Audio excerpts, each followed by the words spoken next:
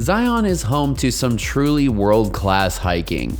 Most people are familiar with trails like Emerald Pools, Angel's Landing, the Narrows, and Canyon Overlook. But in today's video, we're going to go over 4 off the beaten path trails in Zion National Park, starting with Lower Pine Creek Falls. This short trail is almost hard to consider a hike because it only comes in at 0.8 of a mile round trip. Even though it doesn't have a ton to offer on the distance side of things, if you want to see the big waterfall at the end of the canyon, you're going to have to work for it. There is a ton of scrambling on this trail and even a tiny bit of light rock climbing. I know I always say it, but shoes with good traction are going to make your life a lot easier on not only this hike, but the other 3 on the list as well. After climbing through this small cave, you will be at the waterfall.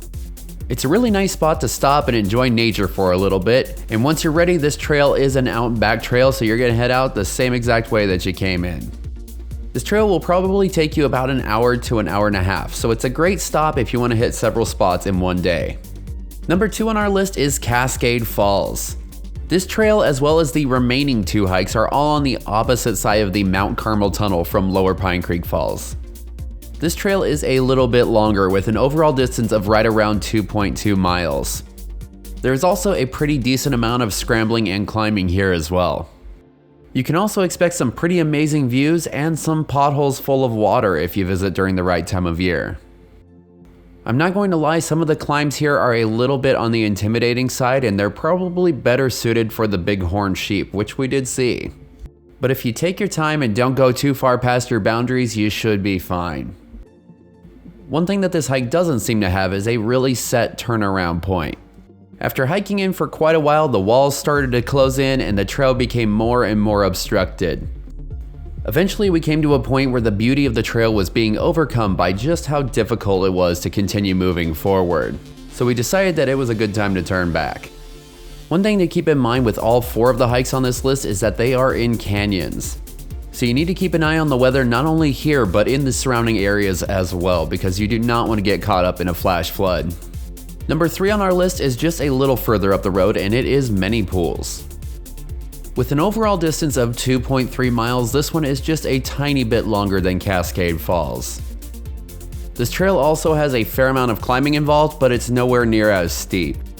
Along the way, you'll be alternating between slick rock sections and sandy washes. And we also had another encounter with some bighorns. There isn't really much of a defined trail here, but as long as you stay between the canyon walls, you should be fine. The further in that you hike, the more pools you will see, and it will be very obvious why this trail is called Many Pools. One other cool thing about this trail is that it does have an alternate ending if you want to take this tunnel to get back to the car. And last but not least on this list is Many Pools' neighbor. This trail actually shares the parking lot with the Many Pools trail, so you could actually do them back to back.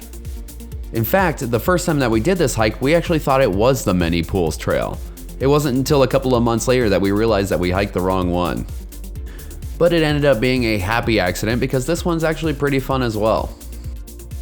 With an overall distance of 2.1 miles, it's just a little bit shorter, but it features some awesome little slot canyons and some pretty epic views.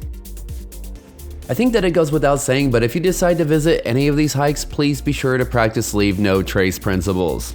This is especially important on smaller trails like these because I don't think that they get a lot of maintenance done to them. So it's our responsibility to keep these areas pristine. Well, that's gonna do it for this one. What is your favorite hike in Zion? Let us know in the comments below. We have a lot of really cool videos coming up, so be sure to subscribe so you don't miss out. And for all the information about these hikes as well as other awesome things to do in Zion, head on over to thatadventurelife.com.